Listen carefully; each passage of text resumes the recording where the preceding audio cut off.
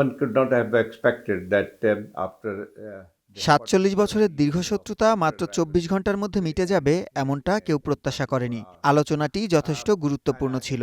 তবে আমাদের প্রত্যাশা ছিল অন্তত কিছু বিষয়ে একটি ঐক্যমত্য তৈরি হবে।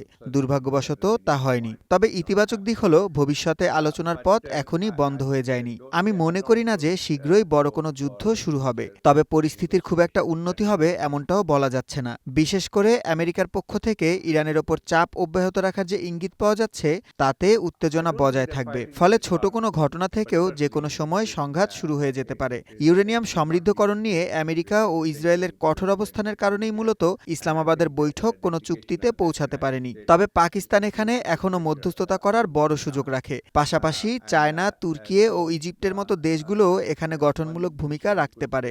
যুদ্ধবিরতির সময়সীমা শেষ হতে আরও ১০ দিন বাকি আছে।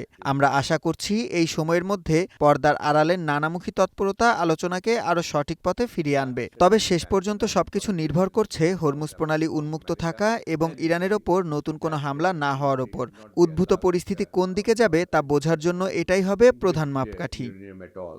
I think that is the issue which came as a sticking point in the talks that led to no deal in Islamabad.